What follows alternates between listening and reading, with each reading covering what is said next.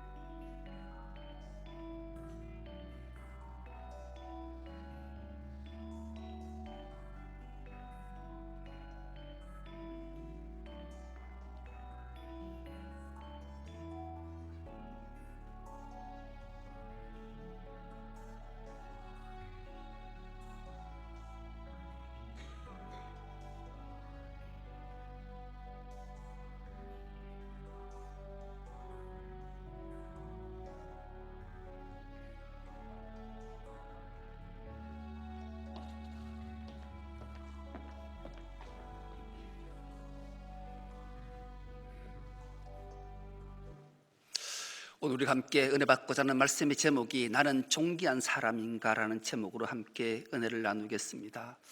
2020년 2월 12일 뉴스 시간에 인권에 대해서 제소해서 판결받았던 사건이 있으면서 주목한 사건이 바로 이 신창원의 사건이에요. 이 신창원이 다시 한번 이 흉악범이 사회에 자기 얼굴을 드러낸 이유는 참 많은 사람들에게 사람의 존귀함이 얼마나 귀한 것을 피력했던 이혜인 수녀로부터 다시 조망하게 된 거죠. 이 이혜인 수녀가 2002년도에 이 신창원에게 이런 시집 하나를 보냈어요. 향기로 자기 자신을 부르는 모습에 대한 시인데요. 시 제목이 그런 거예요. 향기로 말을 거는 꽃처럼, 향기로 말을 거는 꽃처럼이라는 시집 하나를 신창원에게 보냈는데 신창원이가 감동을 받았어요. 그래서 이 이혜인 수녀와 오랜 시간 동안 80통의 편지를 주고받으면서 이런저런 얘기를 나누게 된 거죠. 그러면서 얼마 전에 이혜인 수녀가 암 판정을 받아서 투병하게 되는데 이 신창원이가 이 이혜인 수녀에게 위로의 또 소망의 편지를 써서 이 이혜인 수녀가 감동을 받은 거예요. 그래서 사람을 존귀히 여기줬더니만 존귀함 받는 일이 있어서 저런 글을 쓰게 되고, 또 신창원이가 이혜인 수녀에게 자기가 상담사가 되고 싶다라고 상담 공부를 하기도 하고, 또 뭐 검정고시도 공부하고, 그리고 또 시를 5편을 써서 보내서 아마 다음 시집이 나오면 이 신창원의 시가 수록되지 않을까 싶은 마음이 들 정도였어요. 아무리 흉악범이라 해도 존귀히 여기면, 존귀히 받으면, 존귀함을 또 누리게 되면 상대에게 존귀한 마음으로 변화되는 역사를 우리에게 보여주는 사건이지요. 성경은, 하나님은 우리 인간이 예수 그리스도의 마음을 갖기를 원하면서, 하나님의 마음을 갖기를 원하면서 성경을 기록했고, 그 성경 내용을 함축하면 육적인 삶을 살 것인가, 영적인 삶을 살 것인가? 너희들은 영적 삶을 살아야 된다. 구원받은 자는 그럴 때 존귀한 사람이 된다를 기록한 게 성경의 내용이지요. 육적인 사람은 어떤 사람인가? 육적인 사람은 물질에만 가치를 두고 그 기준에 의해서 모든 것을 판단하는 사람이 육적 사람이라는 거예요. 여러분은 혹시 육적 사람이 아니십니까? 물질의 모든 가치를 둬서 물질의 기준에 따라서 모든 것을 판단하고 행동하는 삶을 산다면 우리는 하나님께 구속함을 입은, 은총을 입은 자의 삶이라 말할 수 없을 거예요. 그렇다면 영적인 사람은 어떤 사람입니까? 영적인 사람은 성경인 하나님의 말씀을 믿고 성령의 이끌림을 따라 사는 사람이 영적인 사람인 거예요. 이 영적 사람일 때 우리는 내가 존귀한 사람인가를 깨닫게 되고 남을 존귀 여기는 사람으로 바꿔지기 때문에 그래요. 그렇다면 영적인 사람이 얼마나 귀중할 건가? 이건 주목해 볼 일이지요. 세계보건기구라는 것이 있어요. 세계보건기구에서 1998년도에 건강이라는, 건강이 뭔가, 이 기준에 대해서, 표준에 대해서 정확하게 발표한 것이 있어요. 이 건강이란 병이 없다든지 허약하지 않다라는 것만 뜻하는 것이 아니라 육체적, 정신적, 사회적, 영적으로 매우 양호한 상태에 놓인 것, 이게 건강이라는 거예요. 여기에서 우리가 주목해 볼 단어 하나를 발견하게 되는데 영적이라는 단어예요. 1948년에 세계보건기구에서 건강을 발표할 때 이 영적이라는 단어가 없었어요. 그런데 1998년도에 다시 건강에 대해서 정의를 내리면서 영적이라는 단어를 삽입시킨 거예요. 왜냐하면 사람은 영적 존재인가를 모든 사람들이 알게 됐기 때문에 그래요. 여러분, 영적 존재라는 말이 뭘까요? 영적 존재는 하나님의 형상, 하나님의 모양대로 지음받은 존재가 영적 존재이기 때문에 그래요. 그래서 영적 존재는 영혼을 사모하는 마음이 인간에게 있다. 이걸 누군가 하나님을 믿든 안 믿든 모든 사람에게 영혼을 사모하는 마음이 다 있던 걸 발견했기 때문에 세계보건기구에서 건강이란 육체적, 정신적, 사회적, 영적으로 안녕한 상태, 웰빙 상태에 놓일 때 이것이 건강한 사람이다, 이렇게 정의를 내리게 된 거죠. 그래서 영적 상태가 얼마나 안녕한가를 우리 스스로에게 늘 물어봐야 돼요. 그 비결은 두말할 것도 없이 내가 존귀한 존재고 남이 존귀한 존재임을 인정하고 그렇게 행동할 때 우리는 영적으로 안녕한 상태가 되고 건강한 상태가 된다라는 거죠. 오늘 본문은 이렇게 시작합니다. 삼가. 이 삼가라는 말이 가장 첫 단어로 출발되는 것은 중요한 의미를 담고 있어요. 삼가라는 말은 존경하는 마음으로 조심스럽고 정중하게 행동하는 것, 이게 삼가예요. 뭐라고요? 존경하는 마음으로 조심스럽고 정중하게 행동하는 게 삼가인데, 존경하는 마음과 조심스럽게 정중하게 대해야 될 자가 어떤 자인가? 이 작은 자 중, 이 작은 자에게 이런 삼가의 마음을 갖춰야 된다는 거예요. 작은 자라는 헬라 말이 테크노온이라는 단어를 썼는데 어린 아이, 내 아이, 내 아들, 그런 뜻이. 내 아이, 내 아들은 두말할 것도 없이 하나님의 아들, 하나님의 아이라는 거예요. 그런데 이 하나님의 아이, 하나님의 아들, 작은 아이가 어떤 자인가? 누구에게 자기 자신의 가치를 드러낼 수 없는 존재, 아무것도 자랑할 것이 없는 존재, 아무것도 가지지 못한 존재를 지칭할 때 작은 자, 테크노온이라는 단어의 뜻이라는 거예요.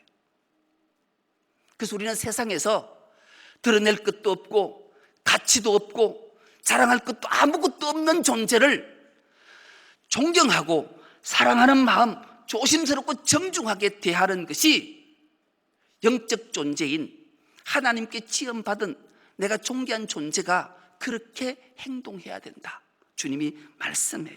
그래서 그런 자들을 아무것도 내세울 수 없는 자들을 업신여기지 말라라는 거예요. 업신여기다라는 말은 교만한 마음으로 남을 낮추어 보거나 하찮게 여기는 행동이에요. 우리는 세상에서 이런 자들을 되게 많이 봐요. 내세울 것 없고 건강치 못하고 자랑할 것도 없고 아무것도 가지지 못한 자를 하찮게 여기고 업신여기는 모습들을 수도 없이 보잖아요. 우리가 또 세상에서 그런 일을 겪잖아요. 그런데 나는 그렇지 않은가? 나는 그를 존귀 여기고 삼가 여기는가? 이런 자가 내가 존귀한 자고 하나님이 존귀 여기고 또 상대를 존귀 여기는 자라고 말씀해요. 그러면 왜 이렇게 삼가 작은 아이를 업신여기지 말아야 되는가? 그 이후의 말씀에 보면 그들의 천사들이 하늘에서 하늘에 계신 내 아버지 얼굴을 항상 배웁느니라, 이렇게 말씀해요. 이 말씀을 쭉 풀면 그래요. 이 하찮고 가진 것 없고 허물진 이 작은 소자 하나를, 작은 자 하나를 하나님이 항상 주목해 보고 계신다. 하나님이 주목해 보시는 것으로 그치는 것이 아니라 그 중간 역할을 하는 천사가 누군가가 가지지 못하고 내세울 것 없고 하찮은 존재를 업신여기면 이것을 하나님께 가서 보고를 한다는 게 보고. 하나님 아무개를 하찮게 여겨요. 업신여겨요. 그 일러준다라는 게 일러준다.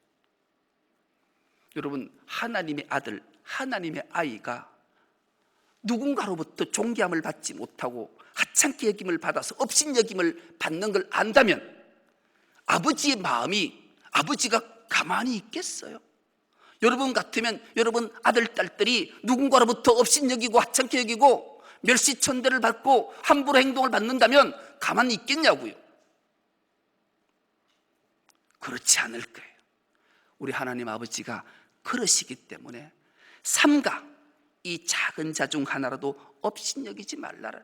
하나님께서 주목해 보고 계시고 천사가 오르락도리락 하면서 계속 이 사건을, 이 상황을 보고 하기 때문이라는 거죠. 러시아가 놓은 가장 유명한 작가요, 개혁가요, 도덕사상가 톨스토이가 일화 중에 이 하나를 소개해요. 어느 날 톨스토이가 집에서 잠깐 나와서 산책하려고 가벼운 옷차림으로 나갔는데 산책로에서 거린을 만났어요. 거린이 손을 펴서 도와주기를 요청한 거예요. 그래서 톨스토이가 주머니를 뒤지니까 산책하러 가벼운 옷차림으로 나오다 보니까 지갑을 가지고 오지 않았어요. 줄 게 아무것도 없는 거예요. 마음이 무겁고 아팠어요. 그래서 그 거린에게 이렇게 말을 걸어요. 형제님, 제가 산책하려고 가볍게 나오다 보니까 지갑을 갖고 오지 않아서 제 몸에 아무것도 가진 게 없습니다. 죄송합니다. 미안합니다. 근데 이 거린이 톨스토이를 많이 쳐다보면서 눈물이 글썽글썽하면서 눈물을 쭉 흘리면서 제가 오랫동안 그린 노릇을 했지만 오늘처럼 존귀히 여김을 받아본 적이 없습니다. 선생님께서 저를 향해 업신여기지 않고 형제라는 말을 해주시다니요. 이보다 더 큰 선물은 받은 적이 없습니다. 그러면서 감격했다라는 거예요. 여러분, 누군가를 존귀 여길 수 있는 것은 내가 존귀한 자임을 깨달을 때 존귀 여겨주는 거예요. 이 감격받았던 거린의 삶은 두말할 것도 없이 변화됐을 거예요. 여러분, 나는 존귀한 사람인가? 그렇다면 내가 존귀한 사람인 걸 알 수 있는 길은 타인을, 나 이외의 사람을 존귀 여긴다면 여러분들은 존귀한 사람. 그런데 가지지 못하고 배우지 못하고 내세울 것 없는 자를 업신여긴다면 여러분들은 존귀한 사람이 아니에요. 우리가 인생을 살면서 모든 일들은 사람과의 관계에서 다 나타나기 때문에 그래요. 여러분, 동물들에게 다른 어떤 피조물 때문에 우리가 상처받는 일은, 물질 때문에 상처받는 일은 거의 없어요. 상처받는 모든 게 사람한테 상처를 받아요. 사람과의 관계 속에 상처를 받잖아요. 그런데 상처만 받나요? 그렇지 않아요. 사람한테 힘을 얻어요. 힘을. 나는 사람에게 상처 주는 자인가? 힘을 주는 자인가? 여러분, 사람 때문에 사람이 못 산다고 그래요. 사람 때문에. 아이고, 저 사람 때문에 내가 못 살아. 근데 아이고, 저분만 보면 살 힘이 나. 사람 때문에 또 산다니까요. 사람 때문에 좌절하고, 사람 때문에 성공하고, 사람 때문에 실패하고, 사람 때문에 기뻐하고, 사람 때문에 슬퍼하는 것이 인생사이기에 상대를 존귀히 여기면, 내가 존귀한 자면 사람 때문에 힘을 얻고, 사람 때문에 기쁘고, 사람 때문에 성공하고, 사람 때문에 행복하고, 사람 때문에 소망을 갖게 되는 거죠. 우리가 존귀한 사람이 되어야 되는 이유가 바로 여기 있는 줄 믿습니다. 여러분들이 존귀한 사람 되는 은혜가 있길 축복합니다. 그래서 다른 사람도 존귀히 여기는 자가 되는 은혜가 있기를 축복합니다. 그 이유를 성경이 우리에게 정확하게 말씀해 주고 있기 때문에 그래요. 우리가 어떤 존재인가? 왜 우리가 존귀한 자고 타인을 존귀히 여겨야 되는가? 창세기 1장 26절에서 28절은 이렇게 기록되어져 있습니다. 한 목소리를 합독해 보겠습니다. 하나님이 이르시되 우리의 형상을 따라 우리의 모양대로 우리가 사람을 만들고 그들로 바다의 물고기와 하늘의 새와 가축과 온 땅과 땅에 기는 모든 것을 다스리게 하자 하시고, 하나님이 자기 형상 곧 하나님 형상대로 사람을 창조하시되 남자와 여자를 창조하시고, 하나님이 그들에게 복을 주시며 하나님이 그들에게 이르시되 생육하고 번성하여 땅에 충만하라. 땅을 정복하라. 바다의 물고기와 하늘의 새와 땅에 움직이는 모든 생물을 다스리라 하시니라. 아멘. 26절을 띄워주시면 주목해 볼 단어가 두 곳이 있어요. 하나님이 이르시되 우리의 성부 하나님, 성자 하나님, 성령 하나님의 형상을 따라 사람을 하나님의 형상을 따라 지으셨다라는 거예요. 형상만 아니라 그 뒤에 보면 우리의 성부 하나님, 성자 하나님, 성령 하나님의 모양대로 사람을 지었다. 형상과 모양대로 사람을 하나님이 지으셨다고 말씀하세요. 그럼 형상이라는 게 뭘까? 형상은 영적 존재인 하나님, 인격적 존재인 하나님, 말씀하시는 존재인 하나님, 이런 형상이 우리 사람에게 있다라는 거예요. 그리고 모양은 영적 존재인 사람, 인격적 존재인 사람, 말씀인 존재인 사람, 즉 성자 예수 그리스도 하나님을 닮은 사람 형태로 만드셨다는 거예요. 하나님 영적 존재인데 이 영적 존재가 사람을 만들 때 모양을 성자, 성령, 성부의 모양대로 사람을 만드셔서 하나님 자신을 성육신해서 인간에게 보여준 대로 사람을 만드셨다는 거예요. 그 형상과 모양이 하나님 것이 고스란히 우리에게 다 담겨 있다는 거예요. 여러분 놀랍지 않으세요? 그러니 어찌 나가 존귀한 자가 아니고 타인이 존귀한 사람이 아니겠냐고요. 사람을 볼 때마다 거기에 하나님의 형상과 모양이 그대로 있는데 어떻게 내세울 것 없다고, 가진 것 없다고, 하찮게 여기고 없이 여길 수 있냐고요. 그게 하나님의 모양과 형상이 그대로 있는데, 그리고 우리는 사람을 볼 때마다 그 사람 속에 하나님의 형상과 하나님의 모양이 보여지는 은혜가 있길 축복합니다. 하나님이 계시해 주셨기 때문에 그렇게 보여야 돼요. 그리고 그 존귀한 자에게 만물을 다스리는 큰세를, 큰하늘 우리에게 주셨기 때문이죠. 여러분, 하나님이 천지 창조를 6일 동안 하시잖아요. 5일 동안 창조할 때 창조가 마치면 늘 하나님 하신 말씀이 있어요. 보시기에 좋았더라. 그런데 사람을 만드셔 놓고 하나님이 보시기에 좋았더라 하지 않으시고 보시기에 심히 좋았더라. 심히 좋았더라. 이것을 정말로 리얼하게 해석을 하면 이야 참 좋다, 진짜 좋다, 이 표현이 하나님의 형상대로 모양대로 지어놓고 보니까 얼마나 좋지, 참 좋다, 진짜 좋다, 억수로 좋다, 이렇게 하나님 말씀하셨다니까요. 그러니 어찌 내가 존귀한 자가 아니고 사람이 존귀치 않을 수가 있겠냐고요. 여러분, 존귀한 자인 줄 믿습니다. 혹시 에이, 저런 사람이 막 존귀해, 그러면 안 돼요. 우리나라 속담에 뭐 눈에는 뭐밖에 안 보인다고. 에이, 저 사람은 그래도 저 사람, 그럼 뭐라니까요? 그렇게 생각하는 순간 자신이 뭐가 되는 거예요? 아무개가 되는 거예요. 그 시기가 되는 거예요. 그러면 안 돼요. 우리나라가 특별히 이런 경향들이 많다 그래요. 다른 나라들하고 비교를 해보니까 한국이 특별히 이런 존귀 여기지 않는 문화가 많은 이유를 전진상 영성심리상담소의 소장인 신선미 소장이 이걸 찾아내서 발표를 했더라고요.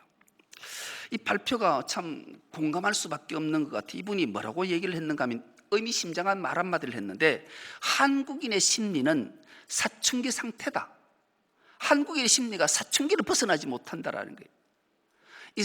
이분이 심리 상담학을 전공을 했으니까 심리 상태를 이렇게 발전 단계를 보면 가장 명쾌하게 이야기하면 유아기, 사춘기, 성숙기 이렇게 나누잖아요. 유아기 상태는 엄마와 아이가 심리적으로 구분이 안 된 상태를 지칭하는 거다. 어려운 말로 해서 미분화된 상태다. 그래서 독립하지 못했다. 그래서 자기 의기나 자기 주장이 없는 상태, 남에게 의존하는 상태를 유아기 상태라는 거예요. 그래서 이런 아이들은 어머니를 의존하고 살아가잖아요. 어머니가 해주지 않으면 뭐 아무것도 할 수 없는 상태잖아요. 그러니까 이때는 의존하는 게 맞아요. 오히려 이 상태에 머물러 있으면 더 좋을 것 같아요. 그런데 문제는 사춘기 상태가 되면 문제가 발생해요. 사춘기 상태는 개인의식이 싹트기 시작해서 내가 누구인지를 인지하는 상태가 된다는 거죠. 그래서 내가 누굴까? 나를 찾아야 되겠다. 그래서 나를 찾으려고 애를 써요. 그리고 극도로 자기애가 발달하는 상태, 자기만 사랑하는 상태가 발달되기 시작한다. 그러면 자기 주장이 강해지는 거예요. 그래서 부모들이 사춘기 자녀를 만나면 이건 뭐 환장은 장도 아니다 해서 막 이 감당이 안 되잖아요. 만나기 뭐 지난번에 제가 한 말씀드린 적 있었는데, 가까운 교회 사모가 입원했다가 가보니까 다리가 부러졌더라고요. 다리가 부러졌어. 팔이 부러졌으면 좋을 뻔했는데 다리가 부러졌어. 왜 부러졌는데? 중학교 2학년 딸하고 싸워가지고 딸한테 업어치기를 당해서 다리가 부러진 거예요. 그래서 부끄러워서 신방도 오지 마라 했는데, 이 사춘기가 되면 겁나요. 사춘기 자녀를 보면, 우리 교회도 사춘기 자녀를 둔 부모가 몇 가지 있는데 인상이 아마 어두워져 있어. 자기 주장만 강한 것이 아니라 남의 이야기를 안 들어요. 자기 고집이 장난이 아니에요. 오직 내 자신만 위해 살 거다고, 간섭하지 말라고, 내 인생 내 건데 왜 엄마가 간섭하냐고 막 이렇게 하는 게 사춘기. 우리 한국 사람들이 이 사춘기 상태에 머물러 있다라는 거예요. 그러니 남을 존귀 여기지 않는 거예요. 자기 주장만 내세우고 자기 고집만 피우고 자기 생각만 맞다라고 남을 비난하고 정죄하고 비판하는 거예요. 존귀되는 비결은 성숙기에 접어들어요. 성숙기는 자기 사랑이 아니라 타인에 대한 조망의 능력이 생기기 시작한다. 조망이란 말은 볼 줄 안다라는 거죠. 상대가 하나님 형상대로 하나님 모양대로 지음받았구나, 저분이 존귀하구나, 이런 마음이 갖게 되는 것이 성숙기라는 거예요. 그래서 모든 상황을 내 입장에서 보는 것이 아니라 타인의 입장에서 상황을 보는 단계가 성숙 단계라는 거예요. 그래서 남의 말에 귀를 기울이게 되는 거죠. 저래서 그렇구나, 그럴 수 있구나, 그래서 이런 말을 했구나, 이렇게 이해하는 단계가 성숙기 단계라는 거예요. 여러분, 우리나라 모든 세상 사람들이 그러할지라도 하나님의 형상과 하나님 모양대로 지음받은 존귀한 자인 우리는 이런 성숙한 자가 되는 은혜가 있기를 축복합니다. 우리는 그렇게 돼야 돼요. 그럴 때 하나님이 기뻐하시기 때문이죠. 이런 자를 하나님이 좋아하시고 이런 자에게 놀라운 은총을 주시기 때문이에요. 이것이 꼭 깨달아지는 은혜가 있기를 축복합니다. 시편 49편 20절의 말씀은, 이 말씀이 왜 깊이 새겨야 되는가?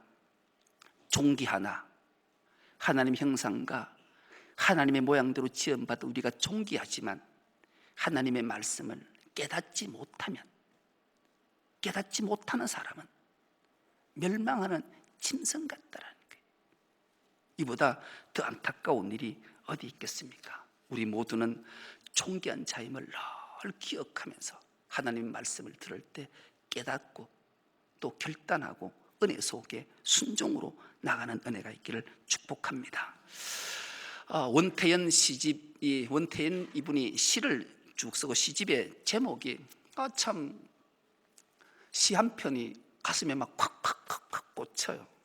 이 시가 아주 간단해서 여러분들도 암송했으면 좋겠어요. 이 사랑시인데요. 넌 가끔 가다가 내 생각을 하지? 넌 가끔 가다 내 생각을 하지? 난 가끔 가다 딴 생각을 해. 그래요. 이 말을 풀면 그래요. 넌 가끔 가다가 내 생각을 하지만 난 늘 너 생각을 하다가 가끔 가다 딴 생각을 한다. 하나님이 그런 분이라는 거예요. 우리는 하나님을 가끔 가다가 급할 때 생각하면 안 돼요. 하나님은 우리를 늘 생각하시는 거예요. 사랑하는 남녀가 끊임없이 가끔 가다가 내 생각을 해주는 사람이 사랑하는 사람일까요? 그렇지 않잖아요. 늘 그 생각만 하다 가끔 가다 딴 생각, 부모 생각도 하고 뭐 이래야지. 부부도 그래야 되고 부모와 자식 간에도 그래야 되고, 무엇보다도 여러분, 목사가 여러분을 그래요. 여러분들은 가끔 가다 내 생각하지만 난 가끔 가다 딴 생각해요. 늘 여러분 생각하고 살아요. 표정이 아닌 표정을, 하나님과 사람 앞에 내가 양심의 손을 얹고 진실을 말하는 거예요. 진실. 늘 여러분들도 가끔 가다 목사 생각하지 말고 가끔 가다가 다른 사람 생각하고 늘 생각해줘요. 기도해줘야 돼요. 내세울 것 없고 무가치하고 아무것도 없는 그를 귀히 여길 줄 알 때, 존귀히 여길 줄 알 때 하나님 우리에게 놀라운 은총과 복을 충만히 내려주실 줄 믿습니다. 우리가 하나님을 믿는다라는 것, 하나님이 이렇게 말씀하시니 제가 그 말씀을 받아 수용하겠습니다. 이게 믿음이잖아요. 그렇게 하나님이 기록된 말씀과 선포된 말씀을 할 때 이게 수용되어져야 돼요. 그리고 순종되어져야 돼요. 설교 준비를 하다가 또 여러분들도 마찬가지겠지만 성경을 읽다가 참 기막힌 놀라운 것을 발견할 때 되면, 야, 이게 정말로 송이꿀보다 달구나. 하나님 말씀은 이래서 너무 좋아. 이럴 때가 여러분 있어야 돼요. 그게 대표적인 그런 거예요. 성경은, 예수님은 스스로가 죄인이다 이렇게 인정하는 자를 한 번도 책망하신 적이 없으세요. 엄청난 죄를, 인간으로서 지을 수 없는 죄를 지었음에도 불구하고 주님 제가 죄인입니다 하면, 그래 너 죄인이야, 너 혼나야 돼, 벌 받아야 돼, 이렇게 말씀하신 적이 성경에 한 번도 없으세요. 오히려 격려하고 얘야 괜찮다 모르고 그랬는 걸, 앞으로 똑같은 죄 범하지 마, 이렇게 말씀하시고 격려하고 위로하시지 책망하시지 않으세요. 그리고 주님, 저는 너무 무가치한 존재예요. 하찮은 존재잖아요. 벌레만도 못해요. 이런 자를 주님은 책망하신 적이 한 번도 없으세요. 그러나 스스로 옳다 여기고 스스로 의롭다 여기고 교만한 자는 끊임없이 하나님이 책망하신 사실을 우린 기억해야 돼요. 하나님 제가 이만큼 하잖아요. 이런 일 했으면 저런 건 저렇게 해야 되잖아요. 이런 자를 주님이 책망하시지, 스스로 허물지다, 스스로 죄인이다, 스스로 무가치하다, 이런 자를 하나님은 책망하지 않으세요. 기막힌 발견들이 성경에 기록되어져 있잖아요. 이것이 바로 복음이고 율법의 차이예요. 여러분은 율법주의로 살아가세요? 복음주의로 살아가세요? 율법주의자는 저주 아래 놓인 자라고 성경이 말씀해요. 그러나 복음은 은혜로운 자지요. 하나님이 내 같은 죄인 살리신 거에 감격하고, 그래서 감사해서 다 주님의 성호를 찬송하고 그분을 섬기는 일에 앞장서게 되는 거죠. 우리 존재가 하나님으로부터 존귀함 받는 존재이니 마땅히 하나님을 존귀 여기고, 내가 존귀한 자니 타인도 존귀 여기는 주의 건속들 될 수 있기를 축복합니다. 이것이 믿어지는 은혜가 있기를 축복합니다. 그러려면 확인해야 돼요. 어떻게 확인하는가? 하나님 말씀 앞에 기도로 나오면 하나님이 반드시 우리를 존귀한 자임을 깨닫게 하시고 알게 하시고 위로해 주세요. 그렇다면 기도로 말씀으로 확인되었다면 이것을 하나님의 눈으로 타인을 바라보는 그런 삶을 살 때 하나님이 영광 받으시고 우리 모두에게 놀라운 은총과 복을 주실 줄 믿습니다. 이런 일에 우리 충성교회 모든 공동체가 동참해서 하나님을 기쁘시게 하는 우리 모두가 될 수 있기를 간절히 기도합니다. 하나님 아버지, 고맙고 감사합니다. 하나님의 형상과 하나님 모양대로 우리를 지으시고 존귀한 자로 삼으심을 감사합니다. 이제 우리가 존귀한 자임을 알았사오매 우리도 타인을 존귀 여기는 하나님 마음을 품고 살아가는 우리 모두가 되게 하여 주옵소서. 감사드리오며 예수님의 이름으로 기도드리옵나이다. 아멘.